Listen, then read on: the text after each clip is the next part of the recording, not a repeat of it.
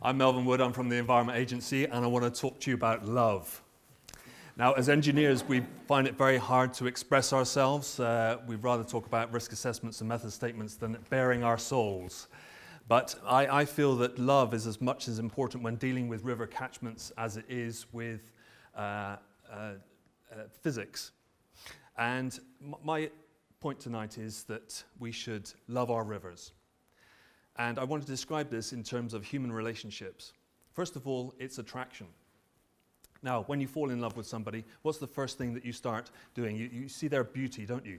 You start feeling those fishes going down through your veins, and you start singing, "Some enchanted evening when I saw a stranger." Now, the Bristol Avon catchment is a wonderful catchment. It has a million people in that basin, and it starts from the headwaters of the Cotswold Hills, and it works its way down through Bath and Bristol out to the Severn Estuary, which has the second highest tidal range in the world. And for me, it's a wild thing. Engineers find it very hard to deal with wild things. Secondly, in terms of relationships, we need respect. You meet the person, you start asking, what do they like? What don't they like?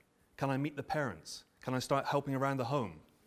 So with a river basin, you need to find out, what is its flood history? How does it react? Does it like a long winter slow burn, or does it like something really hot and summery with a thunderstorm? And so you need to respect your catchment, because otherwise the river basin will come back and bite you. And we know with our flood defences that we might build massive flood defences all over our river basins, but they will break it apart if you have a big enough storm. And finally, it's about forgiveness. Now, I've been married for 23 years, and the hardest word I've ever had to say is sorry. Now, I look after 60 flood defence schemes, and they include big flood alleviation tunnels underneath Bristol. There's massive radial gates which control the river and reduce flood risk. And also, we have miles and miles of sheep pile walls and tidal defences. But there are structures which we have in our catchment which are actually preventing habitat. And sometimes we have to say, okay, those are legacy structures that were built many, many years ago, and they're actually stopping fish coming up through the river basin. And you know, we have to say, okay, we got it wrong. We have to take those structures out. Let those eels, they've been swimming for 3,000 miles across from the Sargasso Sea, and they want to try and get back to the headwaters. And they keep hitting those barriers. So sometimes we have to take them out. So, love your rivers. They are your rivers. They are my rivers. And in the spirit of February, I've just got a Valentine's card which I'd like to read out to you to my river. Roses are red, violets are blue. I'm an engineer, and to the Bristol Avon I will ever be true. Thank you very much.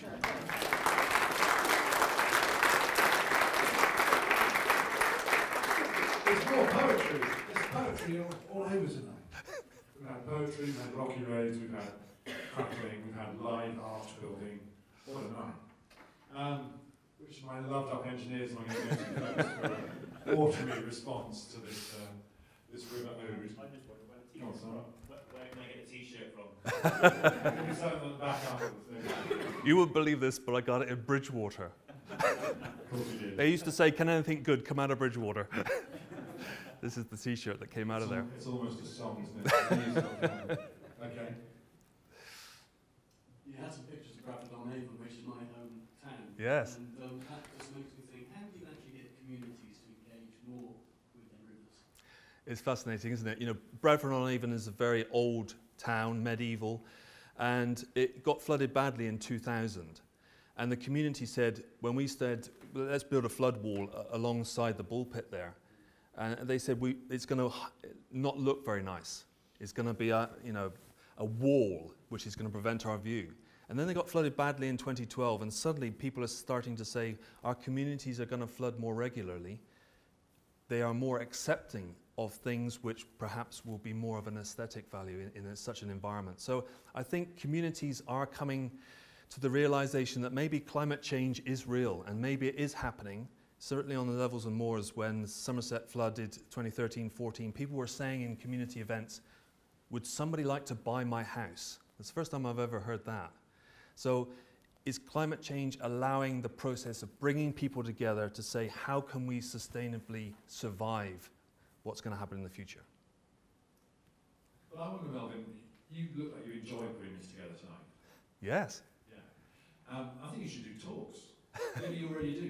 I wonder whether as the Environment Agency, we only, sort of a bit like the police, we only come up against you when, you know, the blue lights are on. You know, when the floods are going, when there's a problem, or when you're trying to build something, we don't like it, or something like that. Yeah. I mean, would there be, you mentioned Avon on Avon, I'm sure the place is full of civic societies and Rotary clubs. They'd love to have you come to do a Love Your Rivers speak. Maybe if you've got that, you almost need to get people to love their rivers, you know, when they're not in full flood and so on. Yes, yeah.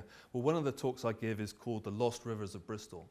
And I spoke to the Bristol Civic Society a few years ago on a filthy February night. It was actually tanking it down with rain.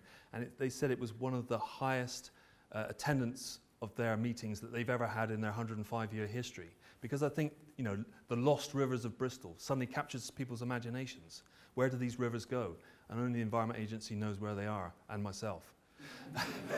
So if I die, we're all stuffed.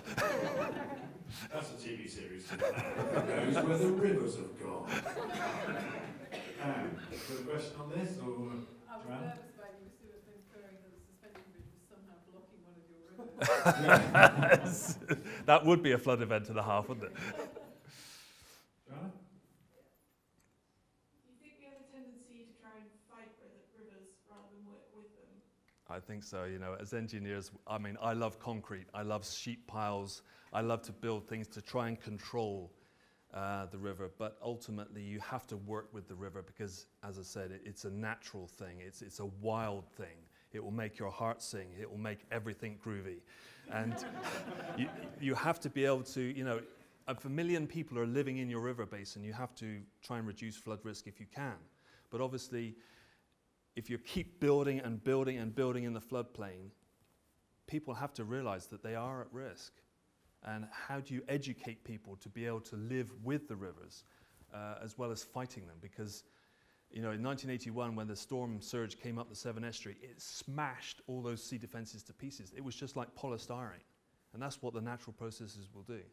We think we're big and strong engineers, but we have to realize that against the forces of nature, we're just so puny. That sounds like the last word of the night. Well, thank you very much. Big round of applause for the River Lover.